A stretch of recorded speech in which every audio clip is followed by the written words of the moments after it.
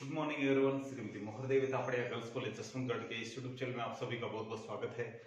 आज जिस टॉपिक हम डिस्कस करेंगे वो है CPM PERT network technique lesson से क्वेश्चन नंबर 13। तो इस क्वेश्चन में आप देख रहे हैं कि हमें एक्टिविटी दे रखी है ए एम बी, ये तीन प्रकार का टाइम दिया गया है जो कि एक फॉर्मूले के द्वारा ये एक्सपेक्टेड टाइम के अंतर्गत है जो ये बदल जाता है। तो हमें एक्सपेक्टेड टाइम निकालना है और इसका डायग्राम ड्रॉ करना है। तो आज की वीडियो में हम इतना ही करेंगे, इसमें आप ये चीज समझ जाओ कि किस तरीके से एक्सपेक्टेड टाइम निकाला जाए और डायग्राम किस तरीके से ड्रॉ किया जाए। इससे पूर्व हमने सभी प्रकार के जो वीडियो है उनमें आपने देखा था कि किस तरीके से AST LST निकाला जाता है और फ्लोट किस तरीके से निकाले जाते हैं। तो आज हम केवल डायग्राम ड्रॉ करेंगे और एक्सपेक्टेड टाइम निकालेंगे। तो एक्सपेक्टेड टाइम का जो फॉर्मूला है वो कुछ इस तरीके से है, ए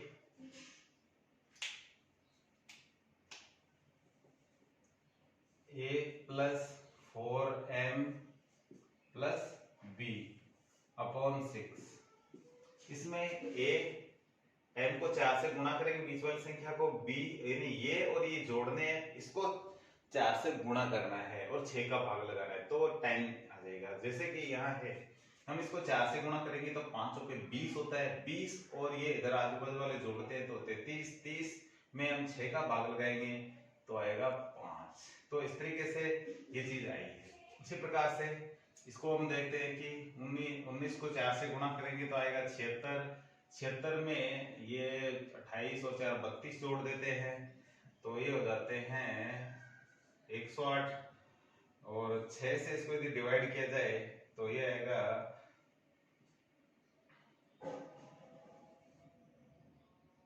18। तो ये इस तरीके से 18 आ जाएगा।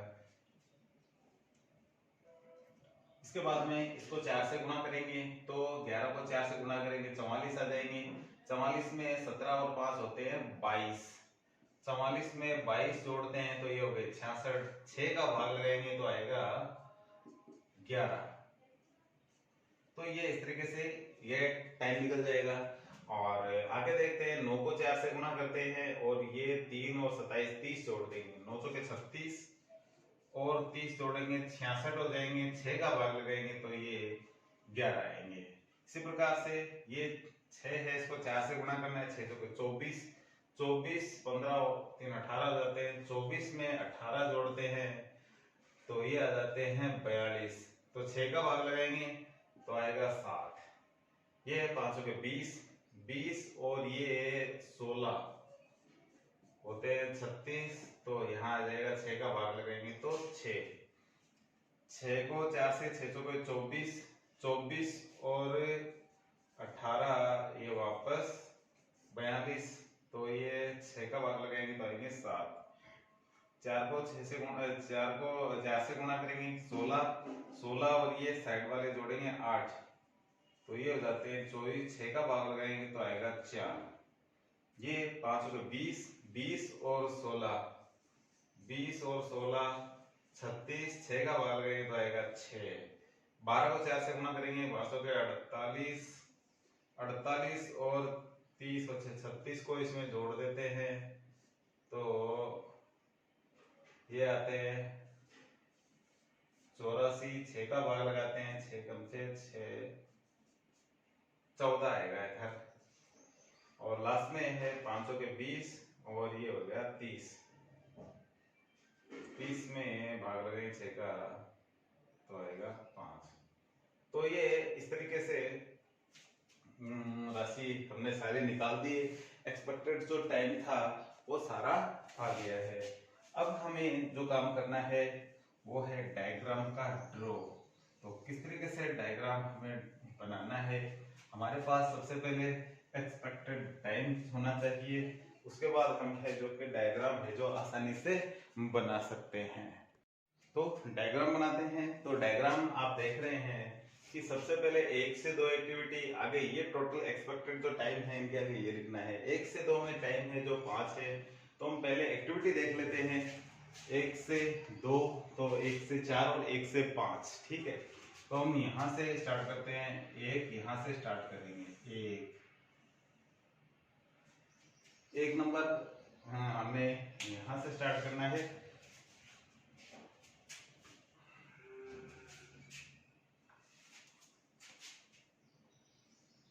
एक, तो एक एक्टिविटी यहां से है, 1 से 2, 1 से 4, 1 से 5, 1 से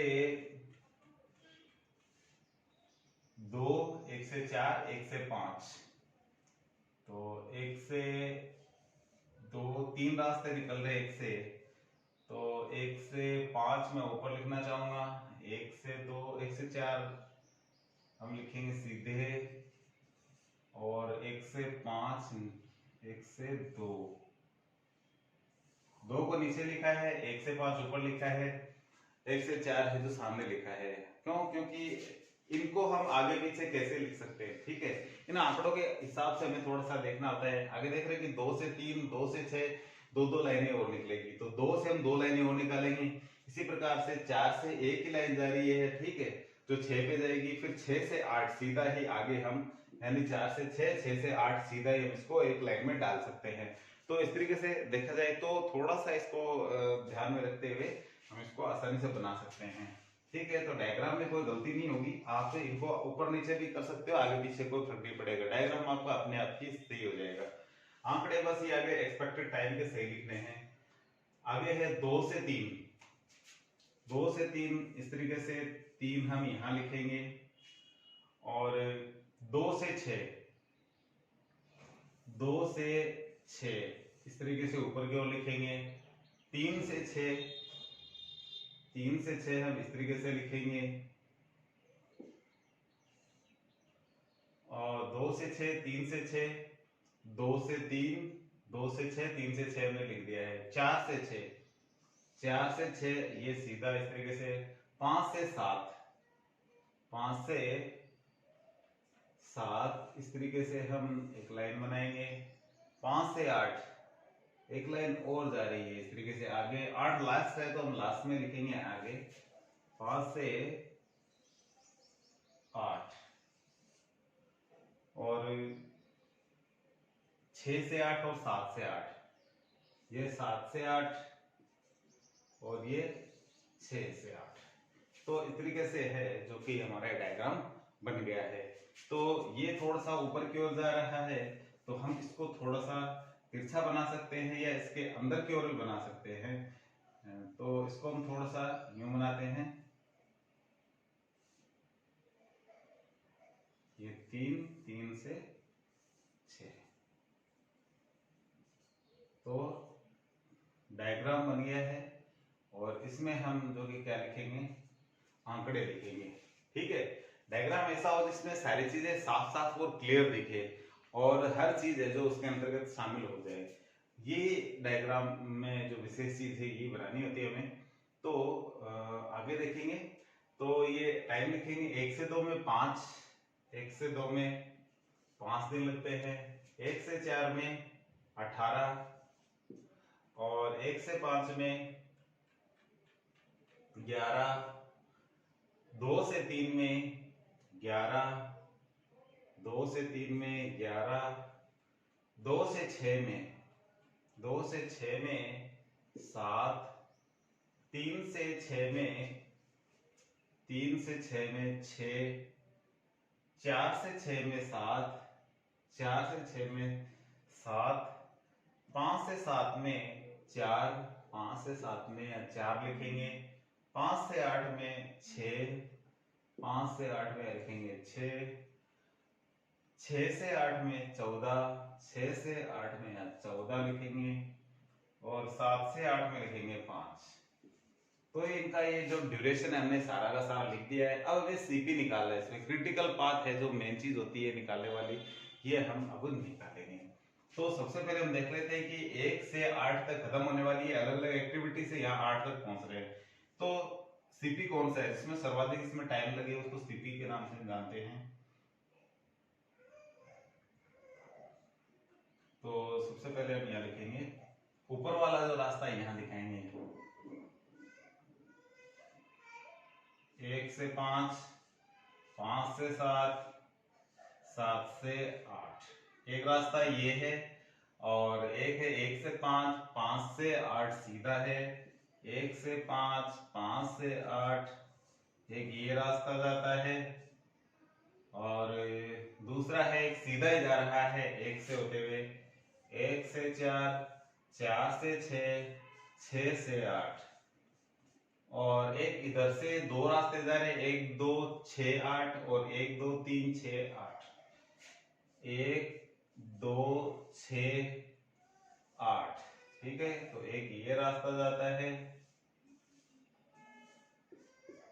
और एक जाता है 1 से 2, 2 से 3, 3 से 6, 6 से 8। जो सबसे बड़ा इसमें डेज का टाइम आएगा वही सीपी बोलते हैं, इसको क्रिटिकल पाथ बोलते हैं। देखते हैं किसमें ज्यादा टाइम लगाए। ऊपर वाला हमने लिखा है, इसमें टाइम जोड़ लेते हैं। यहाँ है 1 से 5, ये रास्ता है 11 4, 11 4 15, 15 और 5 होते हैं 20। एक है 1 से 5, 5 से 8 सीधा है, तो ये 11 और 6 ये होते हैं 17। एक सीधा वाला रास्ता है 18 और ये 7 हो गए 25, 25 और 14 होते हैं 39, तो ये होता है 39 39। एक रास्ता इधर से जा रहा है 1 से 2, 2 से 6 और 6 से 8, ये है 5 7 12, 12 और ये 14, 12 और 14 होते हैं 26। और एक लास्ट वाला ये रास्ता जा रहा है यूं, इसको देखते हैं 1 से 2, 2 से 3, ये इधर से, तो ये 5 5 और 11 16, 16 और 6, 16 और 6 ये हो गए 22, 22 और 14 ये होते हैं 36। तो आप देख सकते हैं कि सबसे बड़ा रास्ता इसमें ये है। तो मैक्सिमम जो ड्यूरेशन इसमें लग रहा है वो 39, ये सीपी है, और इसको हम लिखेंगे सीपी क्रिटिकल पाथ। पाथ है इसका 1 से 4, 4 से 6, 6 से 8, और इनमें जो टाइम लगता है, जो इसमें एक्टिविटी में जो टाइम लगता है वो आगे जोड़ के दिखा देंगे हम। यहाँ ये है 18 प्लस 7 प्लस 14, ये बराबर आता है 39। तो ये इस तरीके से है जो सीपी होता है। तो इस तरीके से आप आसानी से जो डायग्राम ड्रॉ कर सकते हैं और सीपी निकाल सकते हैं। तो बाकी को हम यहाँ साफ कर देते हैं और केवल सीपी को यहाँ रखते हैं। तो क्रिटिकल पाथ हमारा है जो इस तरीके से आ गया है। तो आज के वीडियो में इतना ही, मिलते हैं नेक्स्ट वीडियो पे। तब तक के लिए धन्यवाद। अपने वीडियो को लाइक कीजिए, शेयर कीजिए, यदि चैनल को सब्सक्राइब नहीं किया है तो वो भी